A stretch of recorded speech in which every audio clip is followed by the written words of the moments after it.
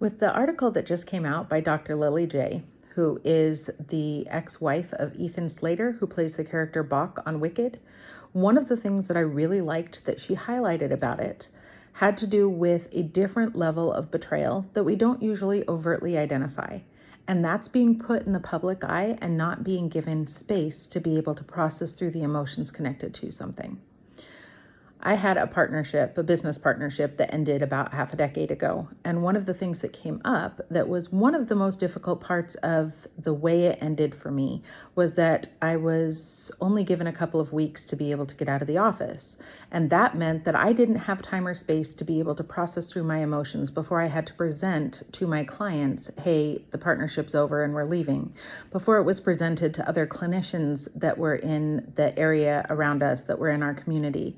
I didn't have the time and space to be able to process through things privately. It was something that was in the public light. Now, it wasn't anything like what Dr. J has gone through. And I'm not making a comment on whether or not Ethan Slater should have gotten divorced from her or what it had to do with their relationship or the timing of it. I also found it really powerful that when Dr. J wrote her article, that she didn't talk about any of the details about whether or not it was right or wrong. She just talked about her emotions and how difficult it was in the process to be able to constantly be reminded of what had happened. She says that now she's watching this movie be publicized, and it's reminding her of one of the darkest parts of her life. And she also said because it was public, she didn't have the time or space to be able to separate it for her clients. She didn't have the ability. I think she's a psychotherapist. Anyway, she didn't have the ability to be able to keep her private life private because this was something that ended up making the tabloids. And obviously that's nothing that is way beyond the level that I had to deal with mine at.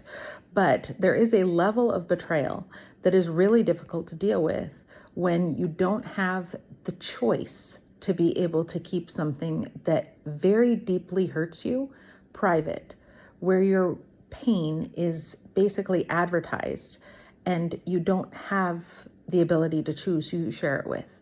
And I think that that's an important part of betrayal that very often gets overlooked.